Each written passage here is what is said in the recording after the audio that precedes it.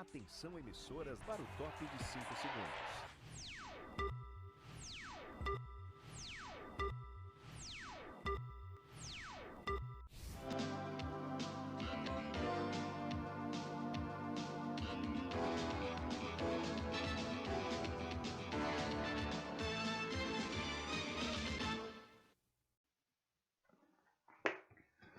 Muito boa noite, estamos começando mais um Jornal Sócio-Histórico e Filosófico. E hoje, com a participação de uma pessoa muito especial. Convidamos um especialista em assuntos geopolíticos para o debate de hoje sobre um período conhecido como Entre Guerras, na qual temos grandes acontecimentos que vão mudar a história do mundo naquele período. O nosso convidado de hoje está transmitindo direto de Paris. Na sua moradia, ele está preso lá, infelizmente está preso lá em Paris devido ao coronavírus, mas hoje ele vai nos privilegiar com os seus conhecimentos geopolíticos, na qual suas especialidades abarcam o período conhecido como Entre Guerras. Conhecemos também por Grande Depressão, que é o momento causado pela crise econômica da quebra da Bolsa de Nova York.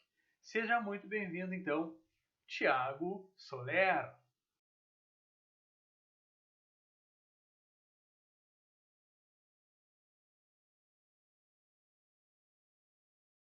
Bom dia, é um imenso prazer estar fazendo parte do teu programa, Ângelo. Infelizmente, por conta da questão do Covid, não tenho como ir até o Brasil, então vamos fazer o programa a partir do meu apartamento aqui em Paris. Queria primeiramente fazer um elogio à tua elegância, à organização do teu escritório. Aqui, como eu estou no Brasil, estou de quarentena, está tudo muito simples. Eu estou impossibilitado de ir ao cenário do nosso jornal. De fato, estou preso por causa da quarentena, mas vejo que você está muito bem, se preparou muito para essa entrevista. Então, mais uma vez, muito obrigado. Queria agradecer, então, pela tua participação. Me fale um pouquinho de você, Tiago. Me conte sua formação, suas especialidades. Eu sou formado em Geografia, sou professor, já publiquei vários livros relacionados com o tema da Segunda Guerra Mundial e os desdobramentos que o conflito teve geograficamente. Bom, sabemos que para entender um evento histórico, um processo histórico, é preciso observar de diversos ângulos, correto? Todo acontecimento histórico ele possui diversas facetas, depende de onde a gente olha e depende com qual lente conceitual a gente está trabalhando. Qual é a tua opinião sobre este conceito, Tiago? Bom, muitas pessoas abordam a guerra somente pela questão do conflito, pela questão do combate das tropas alemãs e dos seus respectivos aliados, o eixo formado pela Alemanha, Itália e Japão, e os aliados formados pelos Estados Unidos, Inglaterra, França, União Soviética e outros países que colaboraram no esforço de guerra. Só que o conflito, a destruição, os campos de concentração, toda a mortalidade que o conflito trouxe não é o único aspecto importante a ser discutido. Eu tenho uma lista de fatores que eu gostaria de trazer para vocês que vão nos dar início ao conflito da Segunda Guerra Mundial. Primeiro, as pessoas pensam que o conflito só começou porque o Hitler era uma pessoa ruim que resolveu sair perseguindo os judeus na Europa e anexando territórios sem nenhum propósito, simplesmente pela maldade dele. Mas isso é muito mais complexo, é muito maior do que simplesmente a vontade de um governante. Um governante não começa uma guerra somente porque ele acha que ele tem o direito de fazer isso. Tinham fatores econômicos relacionados com esse conflito. A gente vinha de um mundo pós-Primeira Guerra Mundial, a Alemanha tinha sofrido muito por conta de ter perdido a guerra e ela foi penalizada por conta desse conflito. A economia da Alemanha se encontrava abalada e isso fez com que o movimento nacional-socialista alemão, o nazismo, crescesse dentro do país e permitisse que o Hitler chegasse até o governo na década de 30. Bom, sabemos, né, através dos historiadores, que a Alemanha saiu da Primeira Guerra Mundial como a principal derrotada, a principal culpada, né, pelo início da Primeira Guerra Mundial, mas temos diversas opiniões quanto a isso, né, mas sobre a culpa ou não da Alemanha, tá? Mas naquele período pós-final da Primeira Guerra Mundial, a Alemanha foi considerada de fato a culpada e o principal país que teria a arcar com as consequências daquela derrota. Mas quais eram de fato, Thiago, as aspirações do povo alemão? O que o povo queria? O que ele buscava nos seus representantes? Esperavam que a Alemanha de fato tivesse mudanças? Quais eram essas aspirações? O que os alemães, em específico, queriam era recuperar os territórios que tinham perdido por conta da Primeira Guerra Mundial, recuperar a moral da Alemanha, do povo alemão e, consequentemente, a sua economia, e também encontrar novas fontes de recursos naturais para a indústria alemã, que era necessário para a reconstrução econômica do país. Ótima resposta. Nosso debate está muito bom. E eu costumo dizer que a Primeira Guerra Mundial ela não foi bem solucionada, né? A gente tem ali a derrota da Alemanha, a dissolução dos outros impérios, turco-otomano e austro-húngaro, mas o que deveria ter sido resolvido, né, acaba que não foi resolvido. Então nós temos outros problemas que surgem nesse período entre uma guerra e outra. Tanto se sabe que não foi resolvido que em questão de pouco tempo, 21 anos para ser mais preciso, uma nova guerra vai acontecer, né? E aí a gente olhando, né, de uma certa distância no tempo, talvez para nós não seja um drama para a gente, porque a gente não viveu, né, faz tempo. Agora, imagine para uma criança ou para um jovem, né, que teve que lutar na Primeira Guerra Mundial, ou uma criança que tinha, sei lá, 10 anos durante a Primeira Guerra Mundial. E quando ela completa seus 30 anos, 32, ela vai ter que ir para uma guerra novamente, vai ter que viver uma guerra novamente. Então é uma questão muito difícil, né, Thiago? Porque a gente sabe os milhões de mortes que a guerra trouxe, resultou, né, os problemas econômicos, os problemas sociais, né? Então, esse período que a gente está estudando agora, ele é uma efervescência política, social e econômica, né? Um período entre uma guerra e outra. E então, eu estava afirmando antes, os vencedores eles não souberam direito o que fazer com aquela vitória, né? Eu acho que, de repente, tu fale um pouco sobre isso. A França, que estava do lado do vencedor, ela só pensava em se vingar, né? Talvez lembrando da derrota na Guerra Franco-Prussiana, a França só queria vingança, só queria que seus anseios fossem acolhidos. Qual é a tua opinião quanto a isso? Com licença. O Hitler vai trazer vários momentos até a eclosão da Primeira Guerra Mundial, em 1º de setembro de 1939, quando ele vai invadir, colocar em prática o seu plano de expansão, invadindo a Polônia.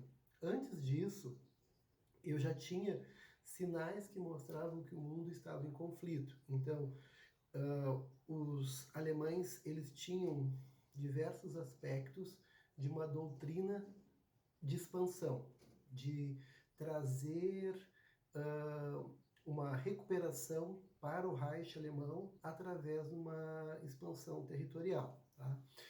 Havia também um sentimento de revanche por parte dos alemães. A Alemanha ela foi, no final da Primeira Guerra Mundial, por conta do Tratado de Versalhes, a única responsabilizada pelo conflito. Então, os alemães perderam muito dinheiro, eles tinham que pagar pela reconstrução da França e da Inglaterra, e também perderam territórios que pertenciam ao território alemão. Tá? Aliado a isso, a Alemanha tinha um governo chamado Governo de Weimar, que se estende pela década de 20, era um governo democrático e que tinha muito apoio financeiro dos Estados Unidos. Então, o governo americano financiava esse governo de Weimar a sua recuperação econômica. Isso foi indo bem até 1929. Mas quando houve a queda da Bolsa de 1929, a quebra, para ser mais preciso o termo usado, o governo norte-americano não tinha mais como financiar o governo alemão. Os empréstimos que eles destinavam ao governo alemão não podiam mais ser repassados. Isso fez com que a inflação da Alemanha disparasse.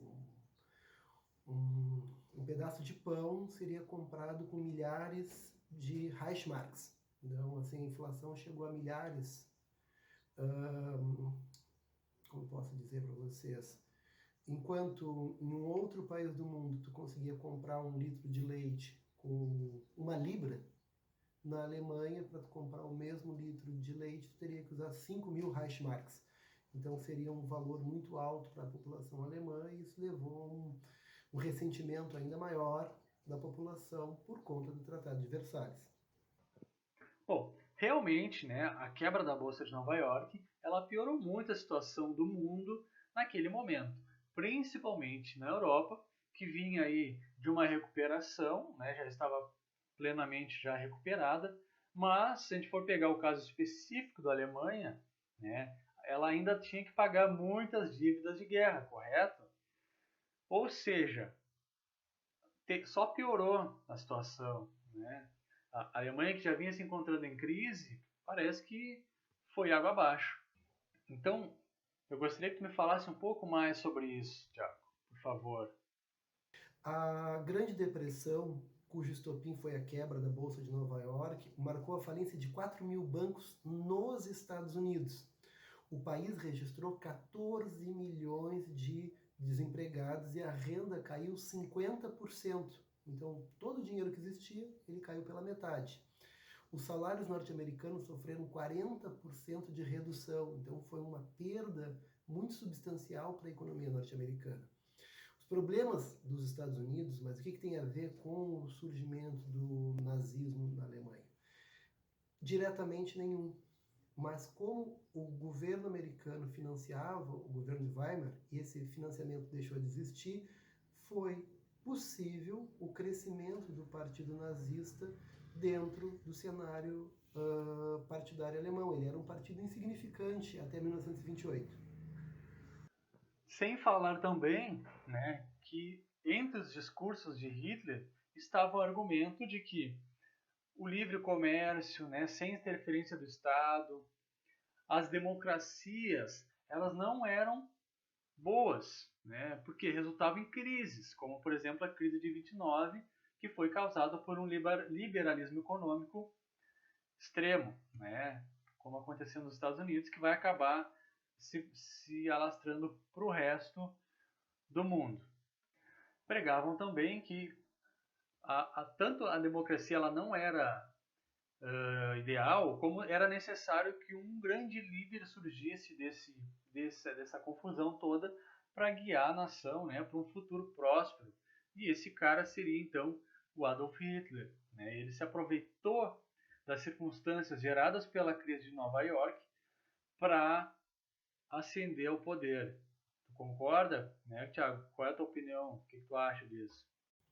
Duramente atingida, a Alemanha vai sofrer 39% de quebra na sua produção industrial. Quase 40% das fábricas alemãs vão fechar nesse momento. 7 milhões de alemães vão ficar desempregados. Igualmente se registrou uma das maiores inflações da história, como aquele exemplo que eu dei do litro de leite, do pão que teria que ser comprado com milhares de Reichsmarks.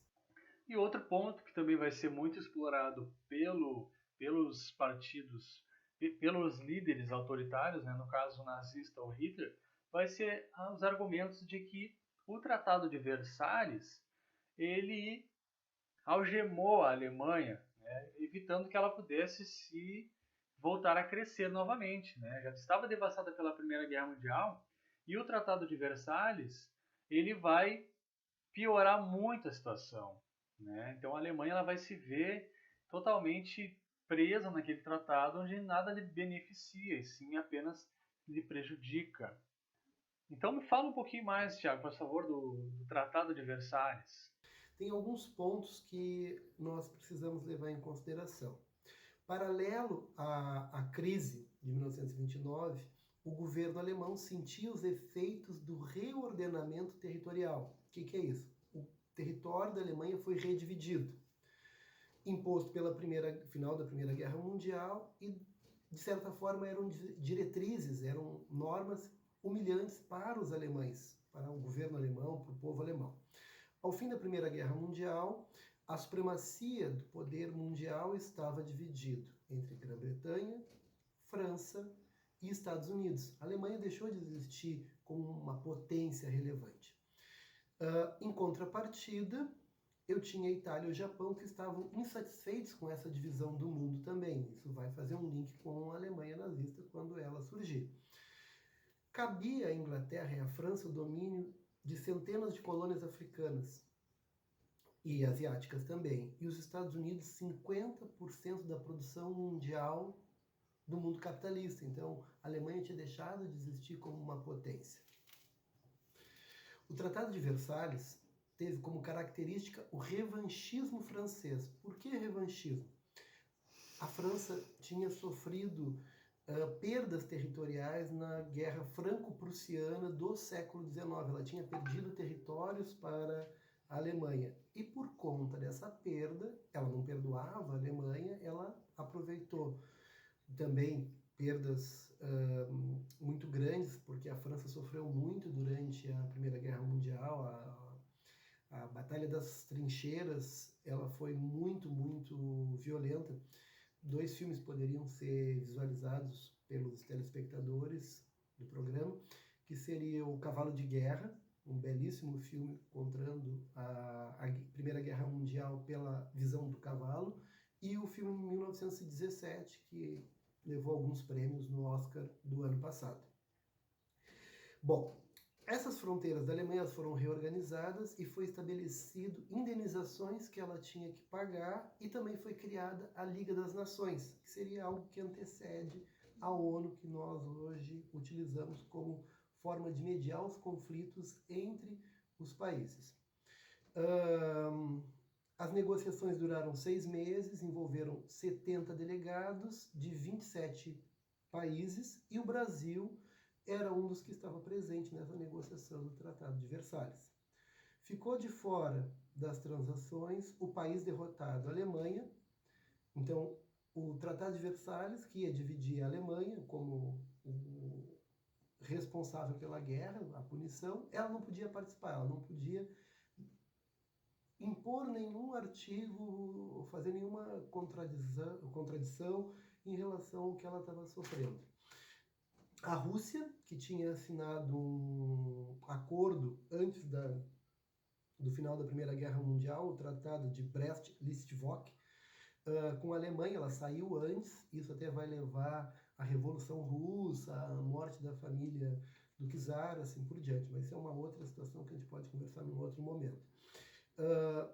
Bom, como foi o Tratado de Versalhes? Sob os auspícios do presidente norte-americano Woodrow Wilson, do primeiro-ministro britânico David Lloyd George e do primeiro-ministro francês Georges Clemenceau, o Tratado de Versalhes foi concluído em 28 de junho de 1919.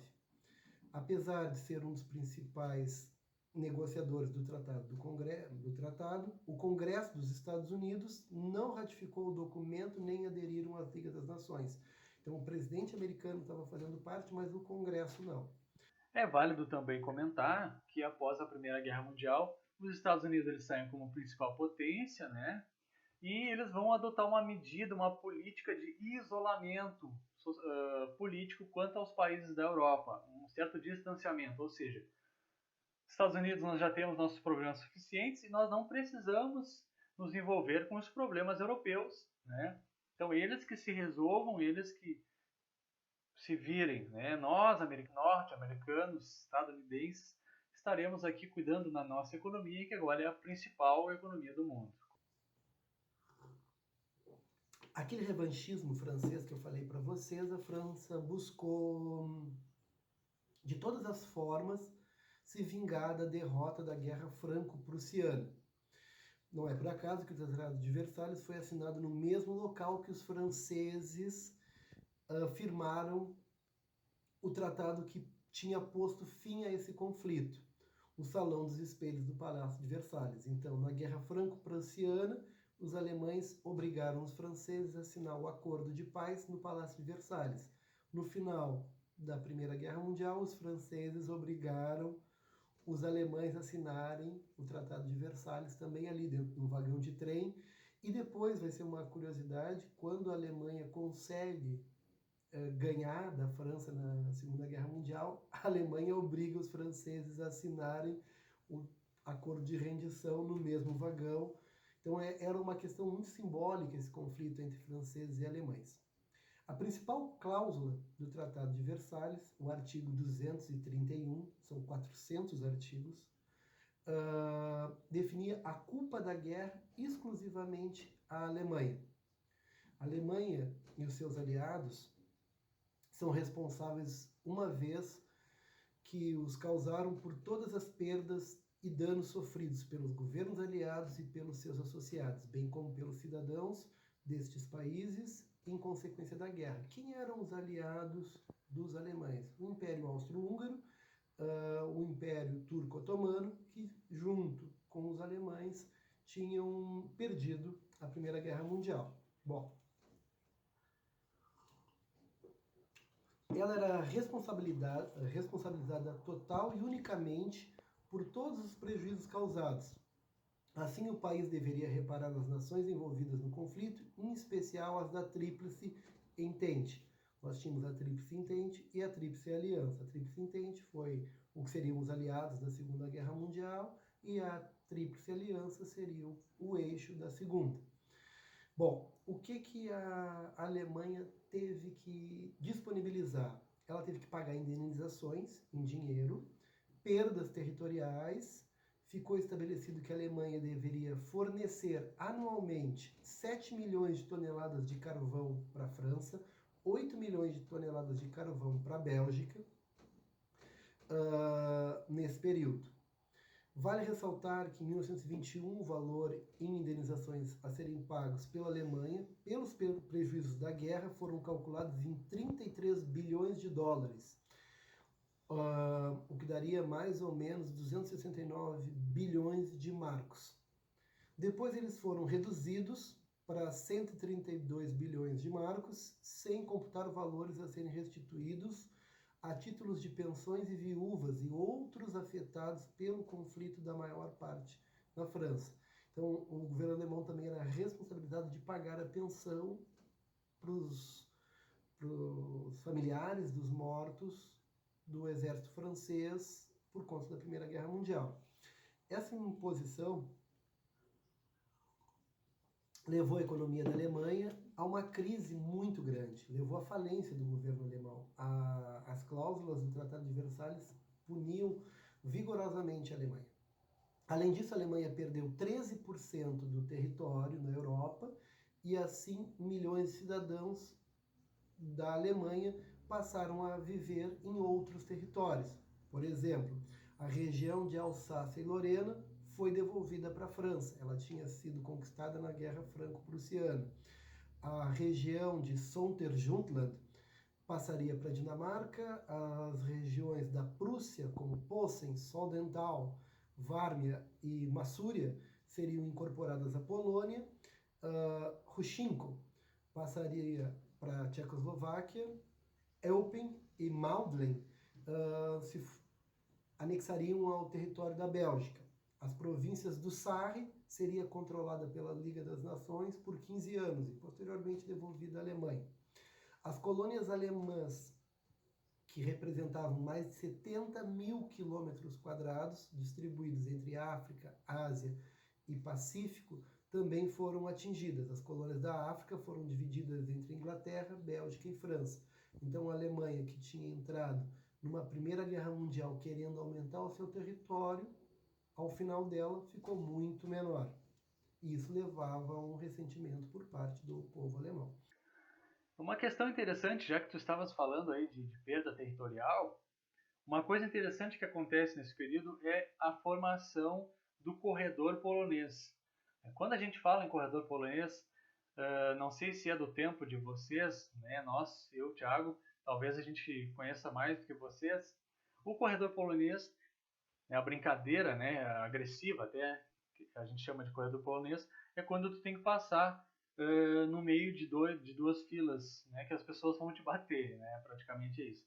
Mas o termo foi utilizado, o corredor polonês, para identificar uma zona terrestre que ligava a Polônia ao mar e que passava por entre o território alemão, né? Então os alemães viram isso como uma humilhação. Como assim os caras vão passar no nosso território, né, para chegar ao mar? Aquele porto importante que foi dado para a Polônia pertencia à Alemanha, né? E agora, além deles usar o nosso porto que era nosso, eles têm que passar no meio do nosso território. Que história é essa?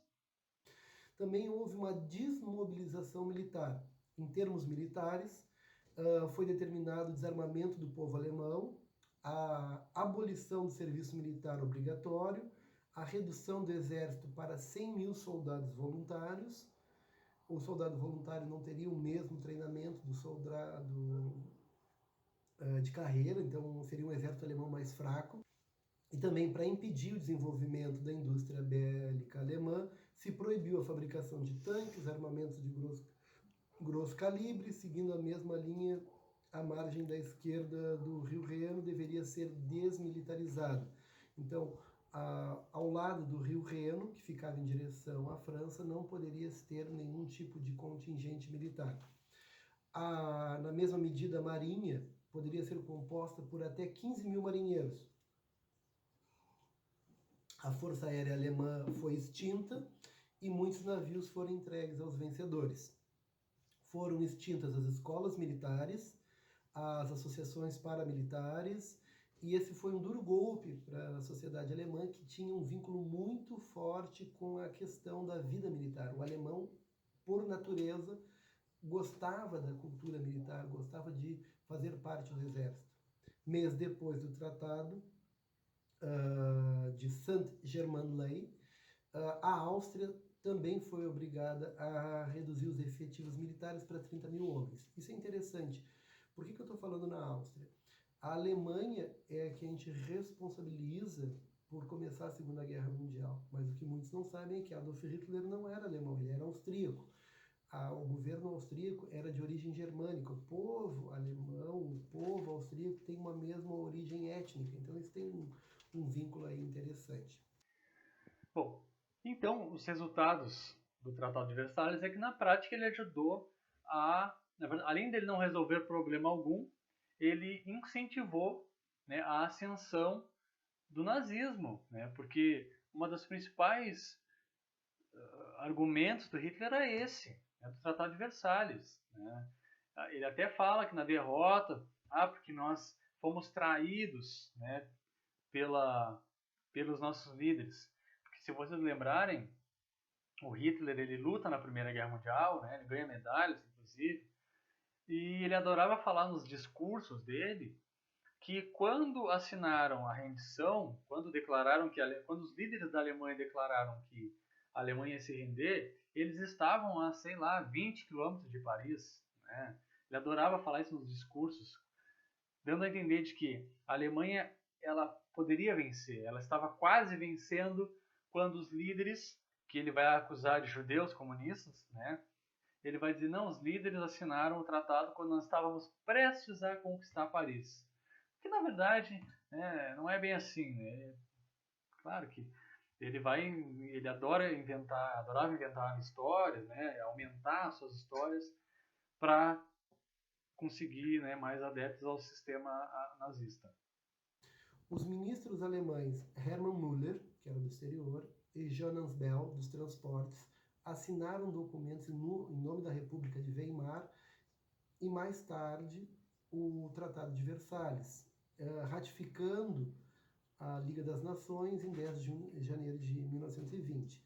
A partir dessa assinatura, todos esses itens que eu mencionei para vocês se tornaram consolidados. Os alemães, o governo alemão, o povo alemão tinha que concordar e aceitar eles. E isso não era aceito de bom grado por algumas alas do antigo exército alemão, que agora não existia mais, pelo Partido Nacional Socialista. Então, vai haver um crescimento do movimento por uma recuperação do poderio alemão. A gente não pode esquecer que existe uma coisa chamada determinismo geográfico, e essa visão, essa mentalidade geográfica nasceu na Alemanha e que vai levar, de certa forma, às orientações até mesmo do nazismo. Um livro muito importante, escrito por Hitler, o Mein Kampf, ele menciona a necessidade do povo alemão se expandir em direção a leste e aumentar o seu território, aumentar o seu acesso a recursos naturais. Em suma, esse tratado possui dimensões políticas, econômicas e militares extremamente punitivas. Os 440 artigos que ele possuía são uma verdadeira condenação à Alemanha como a única responsável pela Primeira Guerra Mundial, que vai levar à Segunda. Apesar de encerrar oficialmente a guerra, o Tratado de Versalhes, ele acabava criando as condições para o surgimento do nazismo e da Segunda Guerra Mundial. E vale lembrar também que quando o Hitler assume o poder, né, a partir de 1934, ele começa aos poucos quebrar essas cláusulas do Tratado de Versalhes e reerguer a Alemanha, tá? Então vai ser um período aí de crescimento econômico, tá?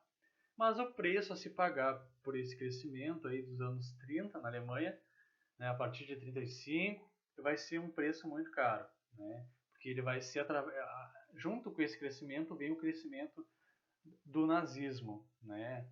Então é um preço caro a se pagar, né? Mas então, quando eu digo que ele quebra as cláusulas, ele volta a rearmar os exércitos, ele volta a criar exércitos, ele reocupa territórios que até então não eram permitidos, como a região do Sarre, né, que estaria sob domínio, sobre controle da Liga das Nações e também da França.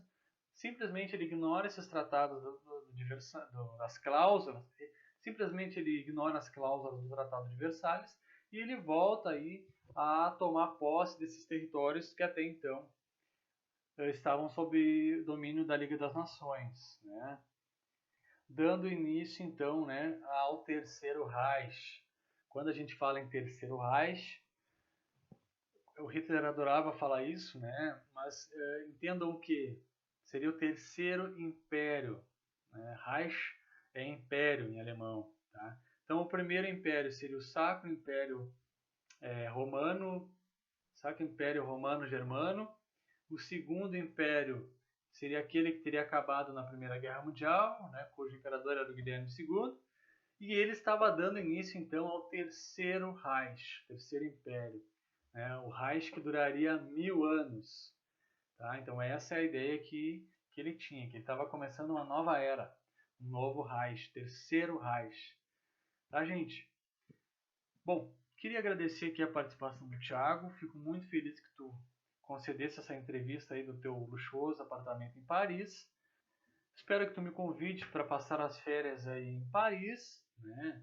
Já que nós somos colegas de imprensa, né? Eu sou jornalista, apresentador, âncora desse famoso jornal, e tu és um nosso convidado frequente aqui dos nossos debates. Então a gente já tem aí, ó, até meu faixa, então espero aí que surja um convite para conhecer o teu apartamento aí em Paris, né? Foi um prazer participar do programa, espero em outra oportunidade trazer um pouco mais do conhecimento. Quanto mais a gente estuda a história, a geografia, mais a gente aprende com os erros cometidos no passado e garante que eles não aconteçam novamente no futuro. Um grande abraço e até breve. Muito obrigado mais uma vez, e o nosso jornal vai ficando por aqui. No próximo bloco teremos mais notícias em relação à crise econômica e também à crise do Covid-19. E também nós teremos a previsão do tempo com a Maju Coutinho. Grande abraço e até logo!